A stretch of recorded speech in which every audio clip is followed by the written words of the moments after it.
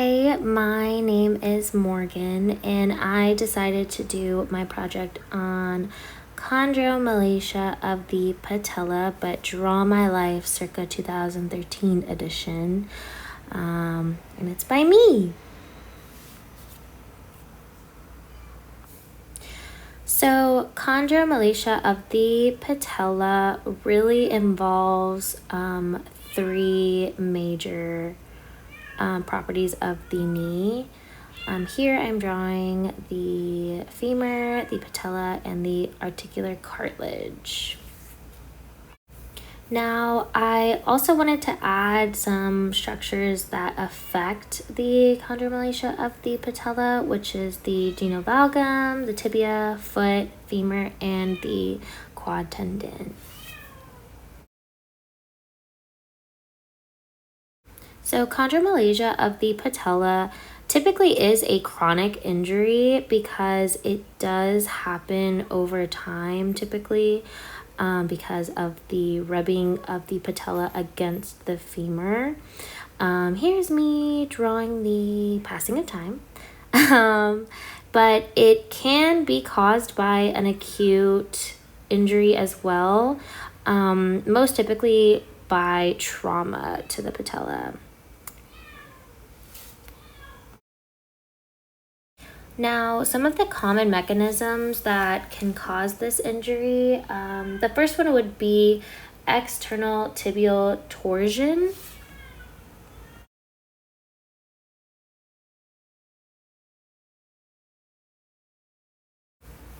Now, another common mechanism that causes this injury would be foot pronation.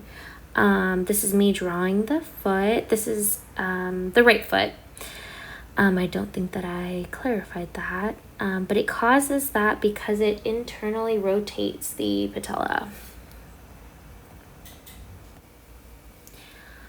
Another mechanism that typically causes this injury would be femoral anteversion, because it causes the femur to twist internally, which causes the patella to shift medially.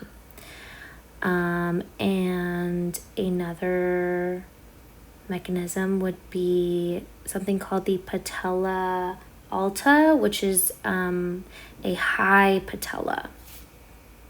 Now, when assessing for this injury, the best place to palpate would be the inferior border of the patella, because it does cause some tenderness in that area. Now, there's a couple of ways to manage the injury. You could either be conservative or surgical. Conservative, Price is always recommended. NSAIDs for inflammation and pain, isometrics, and orthotics. Now, surgically, there are a couple of options. You can alter the muscle attachments. Here's me having technical difficulties. You can also shave the backside of the patella down. And another way would be to drill into the patella to alter the shape. There is me drawing the little drill to show the drill. And then lastly would be to elevate the tibial tubercle.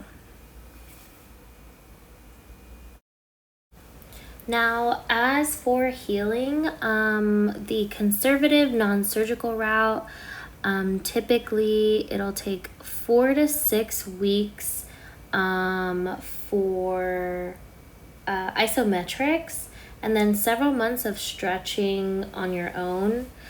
Versus surgical, it would be a couple of months. However, it is very important for the first 2 weeks that after surgery that there is no weight. You don't want to be on any weight 2 weeks after. Now, the $1 million question would be how to prevent this injury. And there are a couple of ways. The first would be total body conditioning. The stronger your body is, the less likely you are to cause injury. The second and most important, I think, would be to avoid abnormal movements. And lastly, a good way to prevent would be to wear a knee brace. But again, I do think avoid abnormal movements would be the best way to avoid this particular injury.